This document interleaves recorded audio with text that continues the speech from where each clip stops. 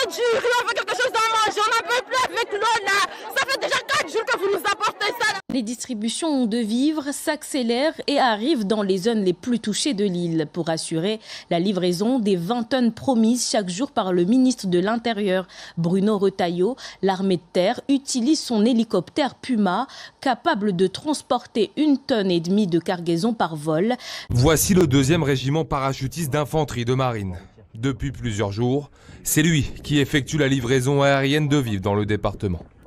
On va nous dépoter le plus rapidement possible les palettes et ensuite on embarque directement dans la machine pour rentrer ici. Ils sont une dizaine de militaires à bord de cet hélicoptère. Direction Vaïbé.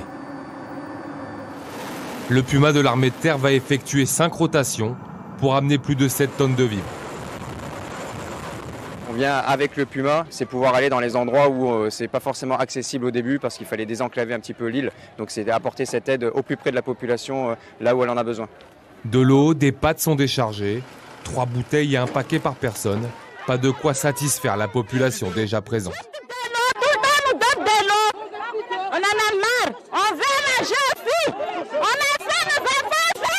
S'il vous plaît, nous on veut juste du riz. On veut du riz, on veut quelque chose à manger, on n'en peut plus avec l'eau là.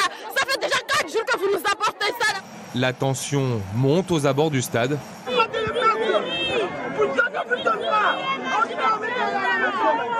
Soit c'est la police municipale qui se met là et qui les bouscule, soit c'est vous avec vos tenues qui vous mettez là et qui les calmez. Sinon, si c'est les autres, comme ils se connaissent, ils ne vont pas respecter.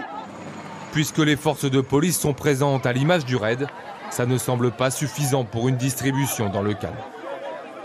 La difficulté, c'est que déjà, on nous prévient le jour même de la distribution, donc on n'a pas le temps de nous organiser.